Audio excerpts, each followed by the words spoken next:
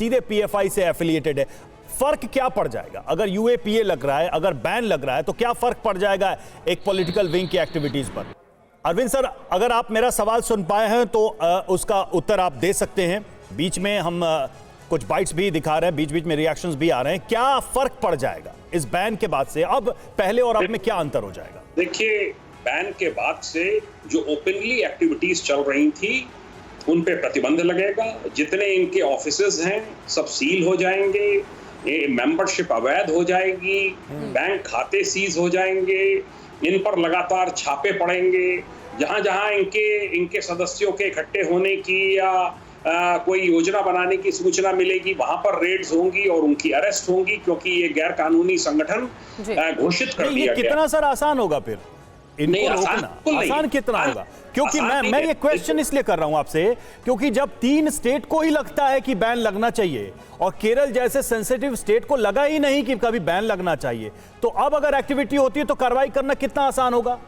जो भी विरोध करने वाले हैं उनको यह कहना चाहता हूं कि यह देश के विरुद्ध जो साजिश करने वाले हैं, अगर उनके खिलाफ कार्रवाई होती है तो उसके स्वागत की जगह उसका विरोध करने का मतलब यह होता है कि निश्चित तौर से वह हिंसा फैलाने वालों को मदद करने के लिए आगे आ रहे हैं और इस प्रकार की चीज़ें यह देश बर्दाश्त नहीं करेगा और इसका जवाब देश देगा, देश जरूर देगा और जहां जरूरत होगी वहां पर देगा। एक आखिरी सवाल है लता मंगेशकर जी के।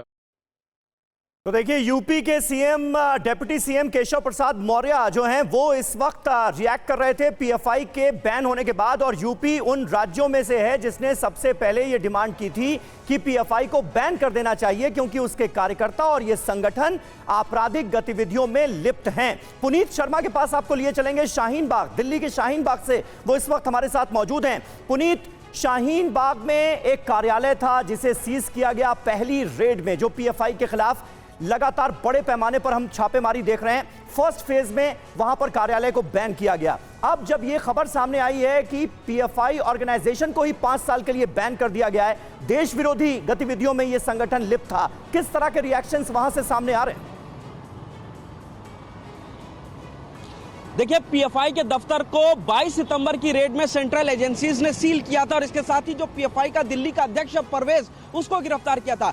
आज सुबह जैसे ही ये खबर सामने आई कि पीएफआई को 5 साल के लिए बैन किया गया है, पीएफआई के शाहीन बाग के दफ्तर के बाहर इस वक्त दिल्ली पुलिस की जो टीम है वो वहां पर पहुंच चुकी है। बड़ी संख्या में पुलिस कर्मियों को वहां पर तैनात कर दिया गया है, क्योंकि शाहीन बाग का इलाका वो इलाका है जहां पर पीएफआई के तमाम सदस्य रहते हैं और यहां पर लगातार 2 चरणों में सेंट्रल एजेंसीज ने रेड करके पीएफआई के कई सदस्यों को गिरफ्तार किया, यहां तक कि दिल्ली के अध्यक्ष को भी गिरफ्तार किया पीएफआई के। तो अब वहां पर किसी भी तरीके का विरोध प्रदर्शन ना हो, इस चीज पर नजर रखने के लिए दिल्ली पुलिस के बड़ी संख्या में जवानों को पीएफआई के दफ्तर के बाहर यहां पर शाहीन बाग इलाके में फिलहाल तैनात कर दिया गया है और शांति बनाने के लिए यह भी बताया जा रहा है कि जल्द ही दिल्ली पुलिस इलाके में फ्लैग मार्च भी कर सकती है।